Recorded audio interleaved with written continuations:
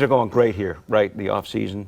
What was your reaction when you were watching the draft lottery? Well, first thing, I was surprised how, I don't know if nervous is the right word, but anxious I was. You know, the first time going through something like that, and you're sitting there and, you know, all of a sudden the cards are being flipped and you see Chicago making that big jump early. You know, you're wondering where you're going to end up. But, you know, one of the things that Jeff and I talked about after we, you know, got that point against Columbus, second to last game of the year, and then got two more against Pittsburgh, the last game of the season, and I think our fan base was up in arms. You know, we really thought we were going to get rewarded for doing the right thing, and Hockey Karma rewarded us. So you got the draft pick, you've made the acquisition of Adam Fox, you got Shesterkin coming in, you've got Kravtsov coming in. As a coach now entering your second year, what are you thinking about with how this roster may look? Well, we're just so excited for the possible additions and, you know, the core that we're going to have coming back. You know, we think that we can really carry over some of the things that we did well throughout the season. You know, we had a bunch of guys that had real good years and possibly career years, and you add players of that stature and maybe a few more, you know, we feel like we're going to make the next step. You got the tan, you're down in Florida on the beach. Any added perspective to how things went for you as a first-year coach in the league? You know, you always learn something whenever you take a new job, no matter whether it's a coaching job in the National Hockey League or first-time head coach in college hockey, the American League, and you know, there are things you'll reflect on and, you know, things that you know you're going to be better at. You know, one of the things that we feel as a staff that the familiarity between the players and the coaching staff right from day one will really help us next year. And just can't wait to get going, really. What's one thing you think you want to do better? You know, manage our practices a little bit better. You know, it was really a little bit of a learning curve for a guy that's been coaching college hockey, and you're practicing a lot more than you do at this level.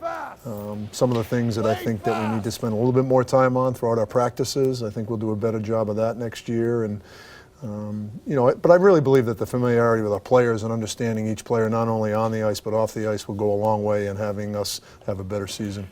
Obviously, you have a ton of young players. You're going to have a ton more young players going forward. Do you still use the approach that you use as a college coach? How do things change when you're coaching in the NHL?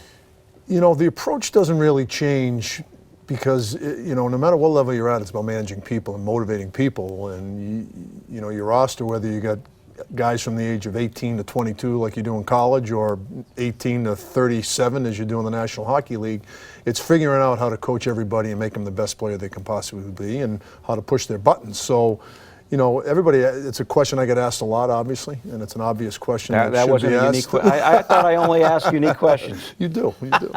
But, you know, it's really, you know, I didn't really find it that much different than coaching college. You're not nervous when you walk into the room the first time? There's Henrik Lundqvist and Matt Zuccarello and Chris Kreider and some of these other guys? You know, I don't say this with any arrogance. I haven't been nervous for 1 second being the head coach in the Rangers. And one of the things I alluded to in my press conference was I feel like every step of my career has prepared me for this, you know. And I remember when I became a head coach in the American League for the first time, I had a little bit of a knot in my stomach because I had never done it before.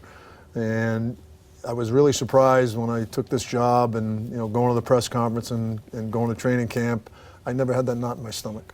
You know, people call it the Quinn bin when you scratch a player.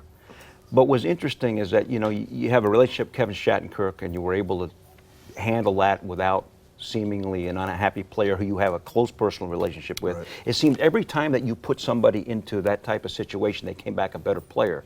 Where in a lot of other cases, when we've been following the sport, someone gets scratched, they get very upset, and it leads to discord within the team. How do you avoid that? Well, I got to give the players a lot of credit for handling it, and that's one of the things that really, the one big surprise through all of this was how coachable our players were and our team was. And, you know, I think one of the things that happens when you do scratch a player or give people bad news, you know, you have to build relationships to be able to deliver that news so the players understand it's for their best interest, even though they may not see it at that time. And I think as a staff, we spend a lot of time building our relationships with our players, so when you do break bad news, they know it's for their best interest. And when your players know that you care about them, there's a trust factor. And I really felt like there was a trust factor between our players and our staff. Does the approach change if you had a more veteran roster? Yeah, I think you do tweak your approach when you do have a more veteran roster. I certainly wouldn't coach the Rangers 3 years ago with that roster the way I do today. What would be different? I think you'd give them a little bit more room and a little bit more space and let them police themselves a little bit more. I think when you have a younger roster, I think you're a little bit more involved as a staff. All right, Bill, as you work your way over here, we take a look at what the Rangers have coming up, what everybody in the local teams have coming up. Devils with that first overall pick we've talked about. The Rangers, the second overall pick, and people are very excited about that. And the potential for the Jets' first-round pick as well. And the Islanders have their draft as well, and they'll receive the Stars' first-round pick as well. So, look, David Quinn is one of those people that you feel when you meet him, you've known him for a long time. He has that way about him.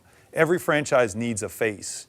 He really, in 1 year, has become that new face, this new younger face of this franchise. And he's better looking than you. Well, that's not a shock. That's The guy very is short-lived. No, all kidding aside, he's magnetic. Yeah. I mean, he is central casting, and his whole, the way he carries himself, he's really electric when you sit next to him. What's really interesting to me is when you look at all the sports, it is rare for a coach from college to succeed on the pro level. Jim Montgomery obviously has done pretty well with Dallas, Yep. but it is far from the norm in hockey. NFL never happens. No, it's usually it works against you. In fact, the NFL teams don't hire anybody anymore at college. It's very rare. And then, of course, the example in the NBA, which is another rarity, currently, you'd say Brad Stevens in Boston. And here in New York, remember, kind of similar to Quinn would be Rick Pitino when he came and coached the Knicks. And they had, the first year was a growing process. It was a young group. And then the second year, they won 50 games in the division and had some excitement around them. So that's the closest you can come. But you're right. It's a different game a lot of times. But for coaching, it's got to be different. I mean, for him, when you've talked to him, what does he say that's different about coaching, not just on the ice, but maybe even off the ice, coaching in the pros versus what he had to deal with at college? You know what's interesting? He said in college, the offseason's much busier.